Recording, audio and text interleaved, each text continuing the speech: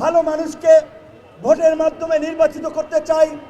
তাই আগামীতে যে জাতীয় নির্বাচন হবে, স্থানীয় নির্বাচন হবে, আমরা চাই প্রত্যেকটি এই নির্বাচনে এই গণ অভ্যুত্থানের শহীদ এবং আহত পরিবারের লোকেরা নেতৃত্ব পর্যায় থেকে তাদের স্বজনেরা যেই নতুন বাংলাদেশ বিনির্মাণ করার জন্য, ফ্যাসিবাদ মুক্ত বাংলাদেশ বিনির্মাণ করার জন্য জীবন দিয়েছে, সেই বাংলাদেশ বিনির্মাণ হোক তাদের হাত ধরে। আগামীর বাংলাদেশে যেন গণ অভ্যুত্থানের চেতনাধারী কোনো সংগঠন এবং ব্যক্তিরা যেন গণ অভ্যুত্থানকে নিজের সম্পদ এবং নিজের দলের সম্পদে পরিণত করতে না পারে, সেই বিষয়ে আমাদের সচেষ্ট সজাগ আওয়াজ থাকতে হবে। এই গণ অভ্যুত্থানে বিভিন্ন দল মত এবং যারা রাজনীতি করে না, সংগঠন করে না, সেই সমস্ত মানুষও রাজপথে এসেছিল শুধুমাত্র হাসিনার পতনের জন্য। কাজে আজকে যারা এই হাসিনাকে আবার পুনর্বাসন করতে চায়, আওয়ামী লীগকে পুনর্বাসন করতে চায়, তাদের বিরুদ্ধে আমাদেরকে রুখে দাঁড়াতে হবে, যেমনিভাবে আমরা ফ্যাসিবাদের বিরুদ্ধে রুখে দাঁড়িয়েছিলাম। আমাদের পরিষ্কার কথা, এই প্রায় 200 শতাধিক মানুষ জীবন দিয়েছে, অর্ধ লক্ষ মানুষ আহত হয়েছে, পঙ্গু হয়েছে, অঙ্গহানি হয়েছে।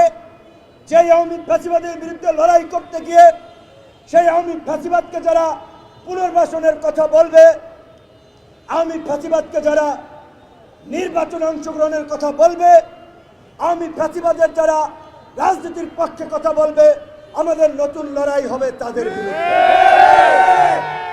বড় বড় রাজনৈতিক দল, বিএনপি, জামাত সহ সমস্ত রাজনৈতিক দলকে বলবো, আওয়ামী লীগের প্রশ্নে আপনাদের অবস্থান কি আপনারা পরিষ্কার করুন। অনেকে বিভ্রান্তি ছড়াচ্ছে। গণ অধিকার পরিষদ ট্রাক প্রতীক একটি নিবন্ধিত রাজনৈতিক দল। আমরা এখন পর্যন্ত কোনো নির্বাচিত জোট গঠন করি নাই। যদি কোনো দল ভোটে জেতার জন্য, ক্ষমতায় যাওয়ার জন্য আওয়ামী লীগের সাথে আঘাত করতে চায়, আওয়ামী লীগকে সুযোগ দিতে চায়, প্রয়োজনে আমরা এই দেশের এই গণ অভ্যুত্থানে অংশগ্রহণকারীদের মতো সাধারণ কৃষক, শ্রমিককে নিয়ে আমরা আগামীতে নতুন রাজনৈতিক জোট গঠন করব। ভোটের মাঠে এই সাধারণ মানুষের প্রতিনিধিত্ব নিশ্চিত করার জন্য আম জনতাকেই নেতা বানাবো, মনোনয়ন দেব। দেখেন, আওয়ামী লীগের বড় বড় নেতারা দেশ ছেড়ে পালিয়েছে।